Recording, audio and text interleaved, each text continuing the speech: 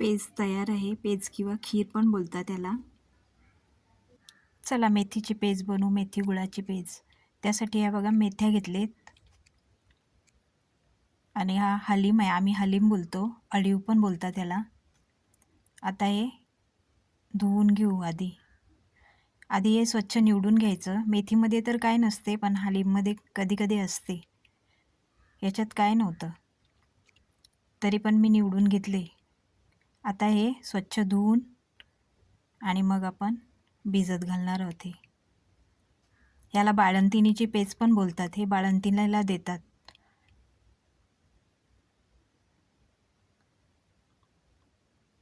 हे बघा, हे आता मी पाण्यात भिजत ठेवते. हे 2 तास आपल्याला भिजवायचं आहे, म्हणजे ते चांगले फुलून येतील आणि पटकन शिजतील.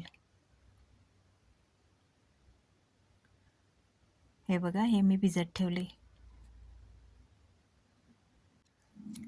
मी कढईत पाणी घेतले.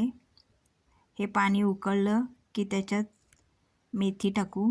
हे बघा, मेथी टाकली. आता याच्यात हलीम टाकू. यातलं पाणी काढून मग टाकले मी.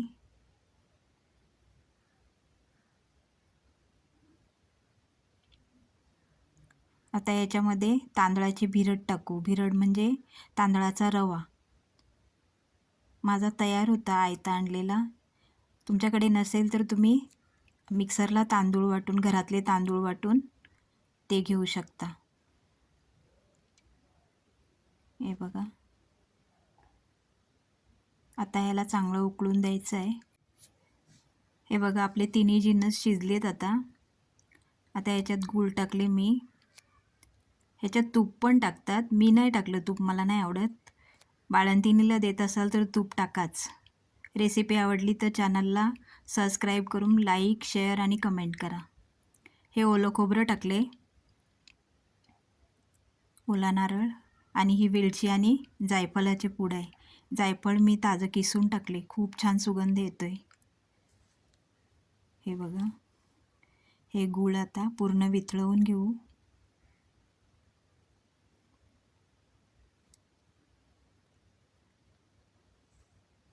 तयार आहे मेथी गुळाची पेज. आम्ही गोडाची पेज बोलतो याला.